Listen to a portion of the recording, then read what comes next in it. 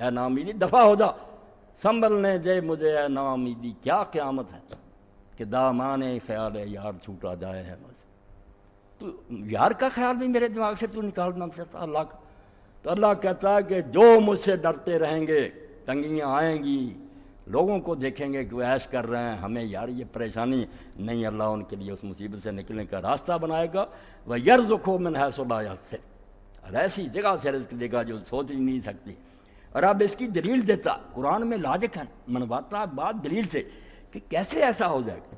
فرمایا وَمَن يَتَوَکَّلْ عَلَى اللَّهِ، جو اپنی کوشش کرنے کے بعد معاملہ اللہ کے سپرد کر دے گا کہ سارا جہان تیرے قابو میں ہے، تو جانتا بھی ہے، مہربان ہے، اور تجھے ڈکٹیشن کی کیا ضرورت ہے، تو سب کا آج ہی جانتا کہ یہ کرنا ٹھیک ہے۔ وَمَن يَتَوَکَّلْ عَلَى اللَّهِ، جو اپنے معاملات اللہ کے سپرد کر دیں گے فَهُوَ حَسْبُهُ، کبھی بھی یہ شکایت نہیں ہوگی کہ اللہ نے تو کچھ بھی نہ بنایا، وہ اس کے لیے پھر کافی ہے۔ تو ذرا صبر کر اور اس کا دامن مضبوطی سے پاک، وہ کافی ہے تیرے لیے۔ سب دشمن پھونک مار کے اڑا دے گا، سارے مقدمے ختم ہو جائیں گے، جھوٹے منہ کی کھائیں گے، وہ کافی ہے۔ ان اللہ بالغ امرہ۔ اور اب یہ بھی سوال تھا کہ کیسے کافی؟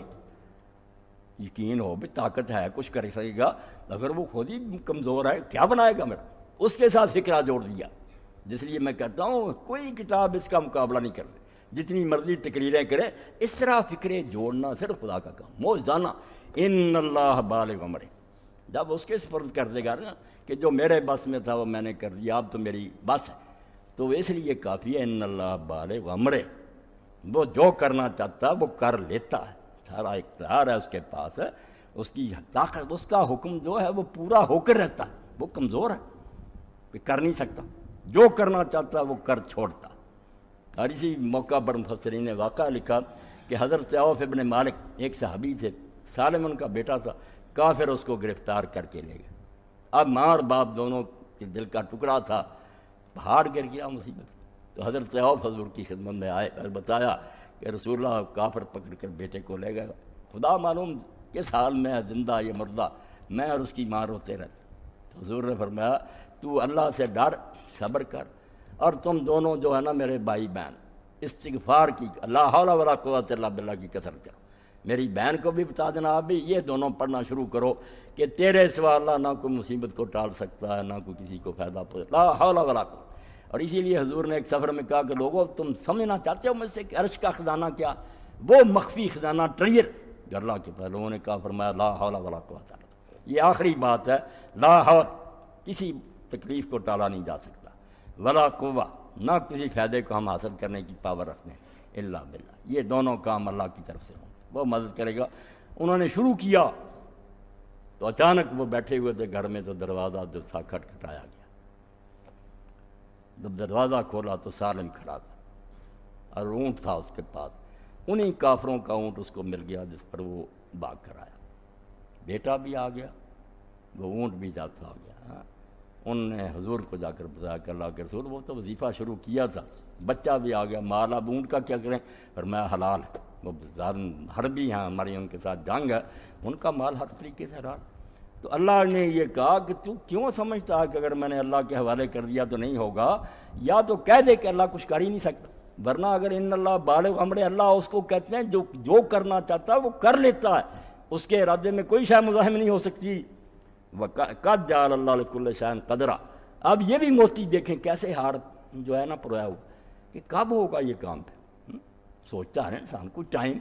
فرمایا قد جعل اللہ لکل شیء قدرا، تو مطمئن رہ، اللہ نے بے اندازہ کوئی شے نہیں بنائی کہ اس کی کوئی حد ہی نہیں، کوئی انتہا نہیں، ہر شے کے لیے اس نے ایک میعاد رکھی ہے، ہر شے پلاننگ کے تحت ہو رہی ہے، وقت ہے، بے صبرا نہ ہو، وقت آ جائے گا، اور وقت آنے پر انشاءاللہ جو تو چاہتا ہو جائے گا، آرام سے ٹکا رہ، اللہ جو کرنا چاہتا کرے۔ اب میں صرف ترجمہ ہی کر، تو اللہ تعالیٰ نے پھر فرمایا وَمَن يَتَّقِ اللَّهَ يَجْعَل لَّهُ مِنْ أَمْرِهِ يُسْرًا، جو اللہ سے ڈریں گے اور دین پر قائم رہیں گے، يَجْعَل لَّهُ مِنْ أَمْرِهِ يُسْرًا، اللہ ان کے کاموں میں آسانی پیدا کر دے گا، یہ مشکل جو ہے دور ہو جائے گی۔ اس کے بعد پھر یہی بات آ گئی، اللہ تعالیٰ نے پھر یہ بات دہرائی، سَيَجْعَلُ اللَّهُ بَعْدَ عُسْرٍ يُسْرًا۔ یہاں تنگیاں بھی آتی ہیں، یہ دور بدلتے رہتے ہیں، مگر ساتھ آسانی۔ عرب علماء امت نے کیسا نقطہ نکالا کہ ہم جب سورہ علم نشرہ پڑھتے ہیں جو انعام ہی حضور کو بیان کیا، ہم نے یہ بھی کیا، اب اس میں کیا آتا؟ فَإِنَّ مَعَ الْعُسْرِ يُسْرًا إِنَّ مَعَ الْعُسْرِ يُسْرًا، 2 مرتبہ اس آیت کو دہرایا۔ اور گرامر کے مطابق العسر جو ہے نا دونوں مرتبہ اس پر الف لام ہے، جیسے ہم اے این بولتے ہیں، ادھر بولتے ہیں کہ یہ ڈی ہے، اے بک کوئی کتاب، ڈی بک ہوتی خاص معرفہ ہو جاتا ہے العسر، پھر وہ وہی العسر۔ اور یہ قاعدہ ہے ابھی گرامر کا کہ معرفہ اگر دہرایا جائے پہلے بھی آوے پھر وہ ایک ہی ہوگا، 2 نہیں آدمی ہوں گے، وہ وہی رہے گا، معرفہ ہو چکا۔ اس لیے فرمایا مشکل ایک ہی ہے پہلی آیت میں، پھر بھی مشکلیں نہیں زیادہ، مگر یسرن کو نکرہ رکھا، 2 زبریں تنوین تاکہ جنرل رہے بات۔ فرمایا مشکلیں بہت تھوڑی ہیں، آسانیاں اس کے ساتھ بہت زیادہ۔ گرامر کے لحاظ سے ایک ٹکڑے میں بیان کر دیا کہ کیوں بڑھایا ہوا۔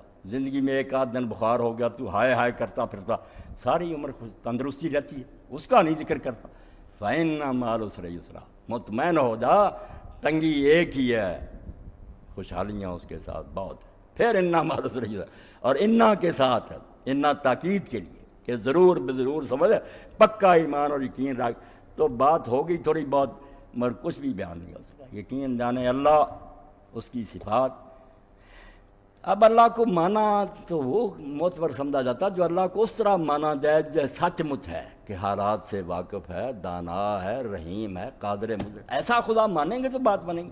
ان میں کہ اللہ کے 100 سے 1 کم نام ہیں، ان کو سمجھ لو، تم ان کو ذہن میں رکھو، فرمایا جنت میں داخل ہو جاؤ۔ 3-4 کی میں نے تشریح کی کہ وہ علیم ہے، حکیم ہے، رحیم ہے، قادر ہے۔ کیسا آپ کو اور مجھ کو مزہ آیا کہ اگر وہ 99 سمجھ میں آ جائیں کہ جس خدا کو ہم مان رہے ہیں اس کی تو یہ شان ہے، پھر مومن اور گھبرائے اور دنیا کی طاقتوں سے کانپے کہ ہمارے پاس ہتھیار نہیں ہیں، وہ سپر پاورز ہے۔ اقبال کہتے ہیں گرب اللہ الصمد دل بستائی، اگر سورہ اخلاص تو پڑھتا ہے اور اللہ الصمد پڑھتا ہے اور اس کو سمجھتا ہے، از حد اسباب بیگم بستائی، پھر سوچتا ہے کہ یہ اسباب نہیں ہے، یہ اسباب سمجھ کہتا ہے۔ سمجھ تو اس کو کہتے ہیں جو کسی سبب کا محتاج نہیں، وہاں کوئی نہیں کہ یہ چیز ہوگی تو یہ ہوگا، یہ چیزیں سب انسانوں کے لیے ہیں۔ جو محتاج اور کمزور ہے وہ سمجھ سارے اسباب سے بالا ہے۔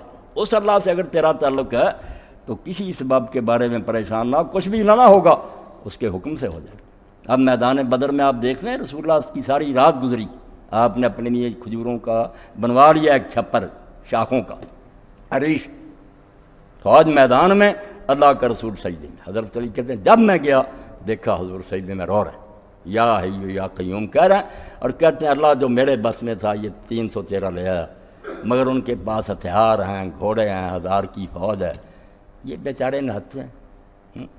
اب اگر یہ ہلاک ہو گئے تیرے دین کا نام کون لے گا؟ 15 سال کی محنت کے بعد یہ بندے بنے، مدد فرما۔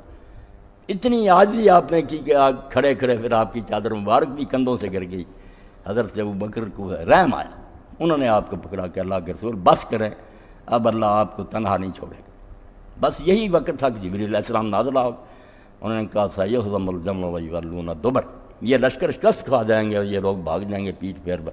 صبح ہی آپ نے میدان میں نکل کر چھڑی سے نشان لگا دیا کہ یہاں ابو جہل گرے گا، یہاں عتبہ گرے گا، یہاں شیبہ، اور وہ نامراد وہیں گرے، ایک رائی برابر نہیں ادھر ادھر مرے گے، وہیں گرے جہاں حضور نے بتایا۔ اور 70 کی لاشیں گڑھے میں پھینکی گئیں، اور کنارے کھڑے ہو کر حضور نے کہا کہ دیکھا انجام پھر میری مخالفت کیا ہے، جو میں کہتا تھا حشر یہ ہوگا ہوا۔ حضرت عمر رضی اللہ عنہ نے پوچھا یا رسول اللہ آپ نے بے جان لاشوں سے باتیں کرتے ہیں؟ فرمایا اللہ کی قسم عمر تم سے زیادہ سن رہے ہیں مگر اب جواب نہیں دینے کی انہیں توفیق، بول نہیں سکتے، میرے یہ کلمے نیزوں کی طرح ان پر دل پر۔ تو اس وقت پھر اللہ کے رسول نے ایک مٹھی لی نا، میدان سے ایک مٹھی لی ریت کی، شاہ وہ کہہ کر پھینک، اور قرآن میں بیان آیا ہوا مار میں تیدر میں، جب وہ مٹھی پھینکی تھی تو نے پھینکی تھی، اس مٹھی سے کیا بننا تھا؟ ولیکن اللہ رما، ہاتھ تیرا تھا، کام تو اللہ کر رہا تھا۔ سارے اندھے ہو گئے، قتل ہوئے اور 70 قیدی ہوئے۔ تو اللہ اقبال یہ کہتا کہ یا تو اللہ حصہ مد نہ مان کہ اللہ کو اسباب کی ضرورت نہیں، تو یا پھر یہ سوچیں چھوڑ دے کہ یہ ہوگا یہ ہوگا، یہ سارے شیطان کے ڈراوے ہیں۔ تو اللہ کا نام لے کر مجد الثانی کی طرح اٹھ کھڑا ہو، کام وہ خود ہی کرے۔ تو اللہ توفیق دے ہم اس کتاب کی قدر کریں، اس رسول کی قدر کریں جس سے نہ اعلیٰ کتاب اللہ نے اتاری، نہ اس سے بڑا کوئی رسول آیا۔ اور اس کے لیے اللہ تعالیٰ نے سبب بنا دیا. میں اور میرے ساتھ 21-22 ہیں ساتھی تیار ہو گئے, عمرہ کے لیے جا رہے ہیں. بھائی عمرہ حج میں کیا ہے؟ جو وہاں منار کھڑے ہیں, جیسے ہم کہتے ہیں یہ مینار ہے پاکستان, وہ یادگار ہے. یہاں قرارداد پاس ہوئی, یاد دلاتا ہے کہ شروع کو اپنے کو دیکھو, اصول, ورنہ کوئی عمارت نہیں ہے کہ دیکھو اور جا کر پھر آؤ. مکے میں کہا یہ یادگار ہے ابراہیم علیہ السلام کی. وہ عراق میں پیدا ہوا, کفر کا گڑھ تھا, اس کا گھر سب سے بڑا مہنتوں کا گھر تھا. پھر وقت کا بادشاہ کافر تھا, قوم کافر تھی, مگر تنہا آدمی کھڑا ہوا. ان ابراہیم کان امتن, اللہ کہتا مکے جاتا, پتہ ہے کہ مکہ کس نے بنایا؟ تنہا آدمی جس کو امتن کہا, ساری دنیا گن لو, وہ تنہا ان کے برابر تھا. جو اس میں ہمت اور جرت تھی, اکیلا کھڑا ہو گیا. آگ میں بھی ڈالا گیا, گھر سے باپ نے نکال دیا, مصر میں عزت کو خطرہ لاحق ہو گیا, بیوی سارا کو بادشاہ ظالم نے پکڑوا لیا. اس وقت بیوی نے بھی دعا کی, ابراہیم علیہ السلام نے بھی دعا کی کہ اللہ تیرے دین کی خاطر دیس پردیس کی خاک چھین لاؤ. وطن سے نکالا گیا آگ میں, اور یہاں عزت لٹ رہی. اللہ نے کہا فکر نہ کر. 3 مرتبہ وہ پھر بادشاہ بے ہوش ہو کر گرا, معافی مانگی حضرت سارا سے, معافی مانگ کر بیٹی پھر اپنی لونڈی حضرت حاجرہ تحفہ کے طور پر, جس سے اسماعیل پیدا ہوا. پھر اللہ نے کہا اب اور امتحان ہے. یہ ایک بیٹا جو 86 سال کی عمر میں ملا, لوگوں کے گھر آباد تھے, تو اللہ کو ماننے والا تھا, وہی آزمائش کی بات ہے. 86 سال بے اولاد پھرتا رہا. پھر اللہ سے کہا رب حب لی من الصالحین. یہ کافر جو ہیں خوشیاں مناتے ہیں, ان کے گھر میں اولاد ہے, میرا بیٹا ہی کوئی. بشارت دیتی ہے, کہا بیٹا دیں گے, مگر بشرنا بغلام حلیم. صرف بیٹا نہیں دیں گے, ایسا بیٹا دیں گے جو حلیم ہوگا, مشکلات کو برداشت کرنے والا. اسماعیل علیہ السلام پیدا ہوا. اب امتحان بڑھ گیا. میں اور آپ سوچیں ذرا دل پر ہاتھ رکھ کر کہ بڑھاپا ہے, مشکل سے بچہ ملا, حکم ہو گیا کہ بیوی کو اور بچے کو لے کر بیابان میں چھوڑا. وہ بیابان جہاں کوئی انسان نہیں, کوئی آبادی نہیں, کوئی پانی نہیں. حضرت ابراہیم علیہ السلام لے کر چل پڑے. راستے میں بہت مقام فلسطین سے لے کر آئے, جہاں باغات تھے, نہریں تھیں, چشمے تھے. پوچھتے رہے جبریل علیہ السلام سے کہ یہاں بٹھا دوں؟ فرمایا یہ جلے ہوئے پہاڑ, اب بھی مکے کے پہاڑ سیاہ ہیں, جلے ہوئے ہیں, کوئی بوٹی نہیں ہے وہاں. یہ جگہ حضور نے فرمایا ٹیلے کی طرح, اونٹی سی طرح. یہاں ایک کیکر کا درخت تھا, یہاں آ کر کہا کہ یہاں حکم ہوا بٹھا دو. اور جب چلے ہیں واپس, حضرت حاجرہ نے پیچھا کیا کہ مجھے کسی اپنی ناراضگی سے چھوڑ رہے ہو یا کیوں چھوڑ رہے؟ کوئی آدمی نہیں یہاں, میں عورت ہوں. یہ دودھ پیچھا بچ. 2 مرتبہ جواب نہیں دے سکے, ہمت نہیں پائی. تیسری مرتبہ جب پہاڑ کے پیچھے ہونے لگے تو اللہ کا واسطہ کیا کہ خدا کے لیے یہ بتا دا کہ اللہ کا حکم ہے, یہ تو ناراض ہوگا. بڑے حوصلے سے کہا حاجرہ اللہ کا. تو اس وقت آپ نے کہا حضرت حاجرہ نے ذلّا یضیعن, پھر اللہ نہیں ہمیں ضائع کرے گا, چلے جاؤ. پھر اللہ وارث. اور دیکھتے ہیں بیچاری پھر دوڑی. وہ بات ہو رہی توکل کی. توکل یہ نہیں کام نہ کرو, جو بس میں ہے وہ تو کرو. پہاڑوں پر چڑھی, آوازیں دیں, دوڑی, اپنا کام کیا. اب بھی اس کو ہم صحیح کہتے ہیں, بھاگ دوڑ. پھر اللہ نے رحم فرمایا, فرشتہ بھیج دیا, پانی کا چشمہ جاری کیا. تو وہاں پھر حدیث پاک میں آتا, چشمہ جب جاری ہوا تو حضرت حاجرہ اس وقت مروہ پر.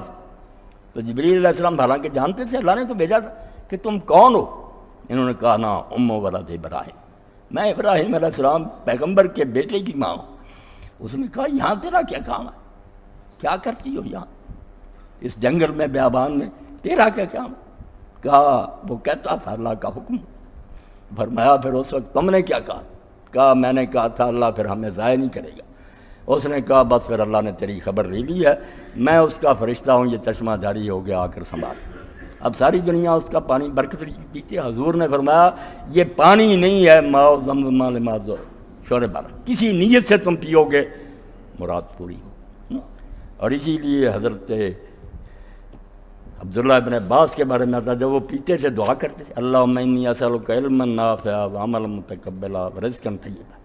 اپنی زبان میں کرو, اللہ ایک تو مجھے علم وہ دے جو میرے حق میں نفع بخشو, یہ نہ پڑھ لکھ جاؤں مگر وہ لعنت بن جائے میرے لیے. جو علم ملے میں اس پر عمل کروں, نفع بخش علم دے, ایسے عمل کی توفیق دے جو تیرے دربار میں قبول ہو جائے, اور پاک رزق دے. پاک رزق بھی مانگا کہ پاکیزہ رزق بھی دے, نیک عمل کی توفیق بھی دے, اور عمدہ علم بھی دے. تو اللہ تعالیٰ نے مسئلہ تدبیر بھی حل کر دیا کہ تدبیر بھی کرنی پڑے گی، بھاگ دوڑ کرنی پڑے گی، بعد میں اللہ وارث ہے کرے گا۔